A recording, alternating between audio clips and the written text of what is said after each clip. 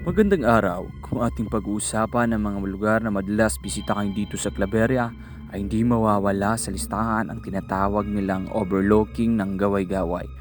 Dahil sa magandang tanawin nito at halos kita lahat ng buong lungsod ng Claveria.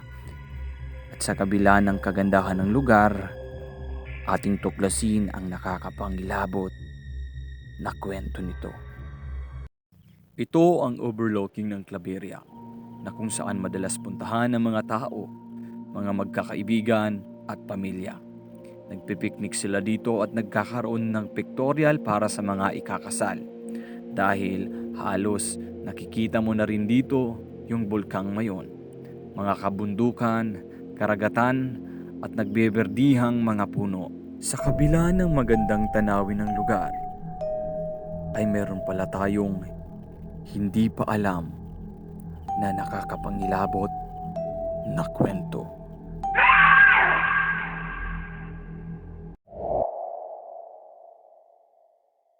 Panahon ay grabe talaga ang pagkuan sa mga Hapon. Talagang ito doon na mag-asawa. Tidak sa may puno. Amoy nan dito na anda. Mag-asawa ito na balay ina ninda dida dati na wala pa ng mga puno. Wala pa ng mga puno. Balay ina. Saka nag-abot ang Hapon. Ang asawa niya ginrep. Ang asawa nagtugway sang kabaw. Pag-abot niya, namoy to. Nakita niya na ginrep ang asawa niya. Wala siyang mahimo. Wala siyang makuhan kay hamakon. Napolo na Hapon ang nagtutok sa badil sa iya. Wala siya mahimo kundi maghilak. Pagkatapos, ginpatay pa kayo ng asawa niya. Sabay ginbadil man siya pagkatapos. Namoy ang kwento da na may nagamulto da sa tinatawag na overlooking. White Dede, amoy itong asawa niya. At napagdesisyonan kong pumunta sa lugar para malaman ko kung totoo nga ba ang mga kwento-kwento tungkol sa White Lady. Kilala na di nagpapakita tayo.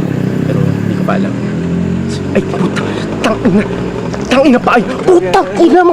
Putang mo, pare! Putang ina! Yes, sayon! Sayon! Putang ina talaga! Ayoko na dito! Putang mo, pare! Fuck! Putang!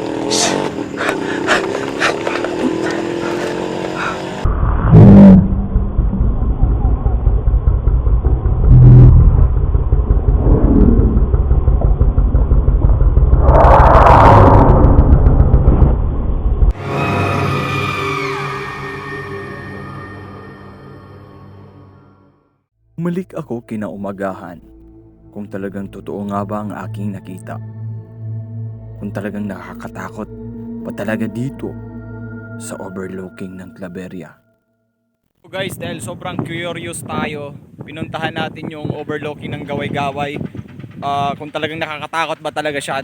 Ayun nga, pagpasok ko, paglapit ko sa may puno, ayun yung puno sa likod ko. Nakaramdam ako ng takot, ayun oh. Ayun oh, tumatay yung mga balahibo ko. Nakaramdam ako ng takot na iba pala yung feeling na pumunta ka dito mag-isa. Nakakatakot na baka ito na yung kapalaran ko na mag-isa na ako sa mundo.